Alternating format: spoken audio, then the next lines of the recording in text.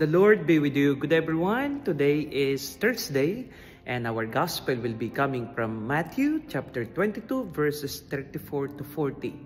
The gospel is told about the parable of the wedding wherein those people who have been invited didn't respond positively, and then those people who attended didn't wear the proper wedding garb.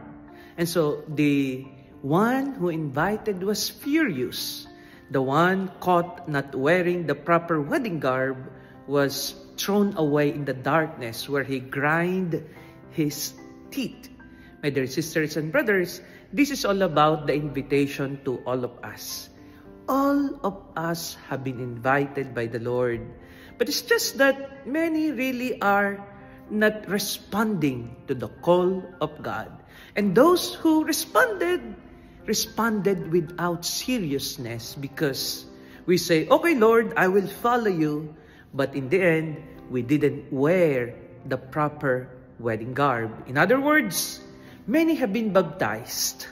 Many welcomed in the church, but without doing what is expected from them. In other words, the nominal Catholics.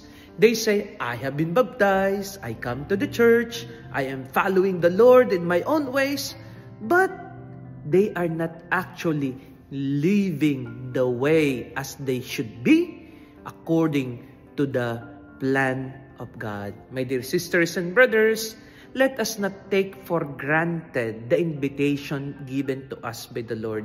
And once we say yes, let us be committed.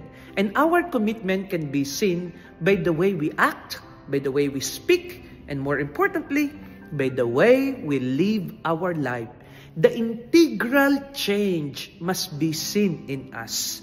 It is not just about the change of name or the change of our status.